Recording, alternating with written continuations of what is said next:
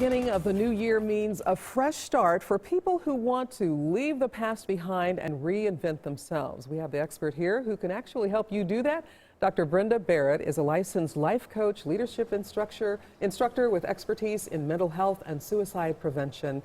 Thanks so much for being here. Thank you. You're really talking about people who they've got challenging circumstances in their lives and obstacles that they have faced in the past, and they're really trying to start over. Absolutely, Cynthia. Usually when people have obstacles or challenges that happen in their life, they are so focused on that challenge that it's hard for them to move forward. Okay. Yes. Now, you've actually written a book. It is called Set Yourself Free, and we asked you for 3 simple tips that you can give our viewers this morning that can really just help them stay. And so the first tip that you said is to free your mind. What Absolutely. does that mean?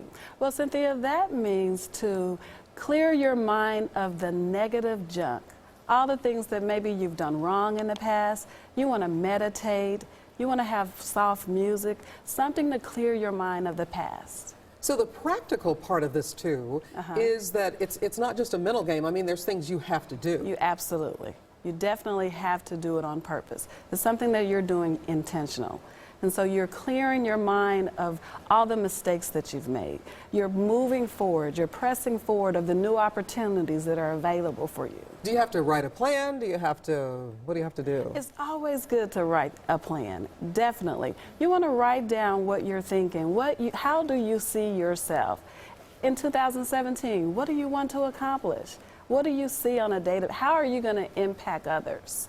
And so you want to write it down so you have something to look back on. All right, so tip number 2 is be mentally prepared. Absolutely. You want to be mentally prepared each day. Every day is a new start. It's a new opportunity to refresh your mind, to renew your mind. But things can happen. And so you want to be prepared that it's not going to be a perfect day. Yeah. It doesn't happen overnight.